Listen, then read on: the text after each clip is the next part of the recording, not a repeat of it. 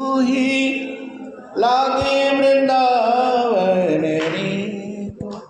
तो इस प्रकार से आज देवठनी एकादशी, देवता उठ गए इसलिए देवठनी एकादशी बोला गया। देव प्रबोधनी भी कहा जाता है, प्रबोध मतलब उठना। और मेरे विष्णु भगवान श्रीमन नारायण मेरे प्रभु हरिशयनी एकादशी से आज देवठनी एकादशी तक सोए थे, 4 महीना आज जगे। अब भगवान का विवाह होगा, शालिग्राम और तुलसी का विवाह होगा। 2 मिनट में सुना देता हूँ, समय थोड़ा चले गया, 2 मिनट में सुना देता हूँ।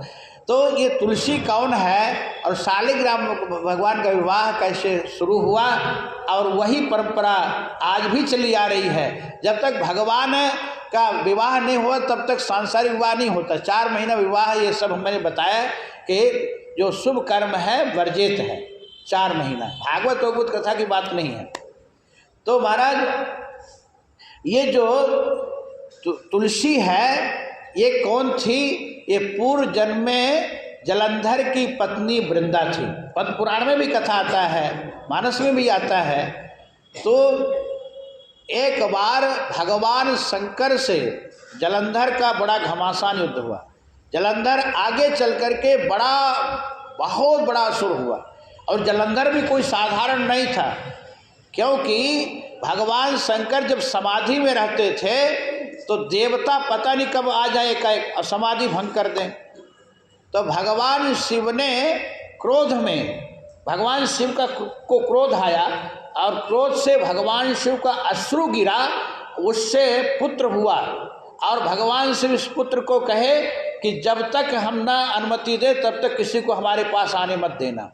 तो वे पुत्र पहरेदारी कर रहा था। अब इंद्र देवता के मैं भोले बाबा के पास, बोले नहीं आप नहीं जा सकते। बोले क्यों? मैं देवताओं का राजा हूँ, मेरी कैसे हिम्मत तेरे? और इंद्र ने एक गदा मारा उस पुत्र को और पुत्र जा करके समुद्र में गिरा। तो उस पुत्र को समुद्र ने पाला पोसा, इसलिए इसका नाम आगे चल के जलंधर हो गया। और यही जलंधर जब देखा कि भगवान शिव के साथ में पार्वती है, सुंदरी है, तो सोचा कि भोले बाबा तो समाधि में रहते हैं, भोले बाबा शमशान में रहते हैं, इनको सुंदरी क्या आवश्यकता है। तो वो सोचा कि इनसे युद्ध करूंगा और पार्वती को हरण कर लूँगा। इस वजह से भगवान शिव से द्रोह करने लगा, देवताओं से द्रोह करने लगा। अब तो महाराज भगवान शिव, अब क्या किया जाए? भगवान शिव इसको मार नहीं पा रहे हैं।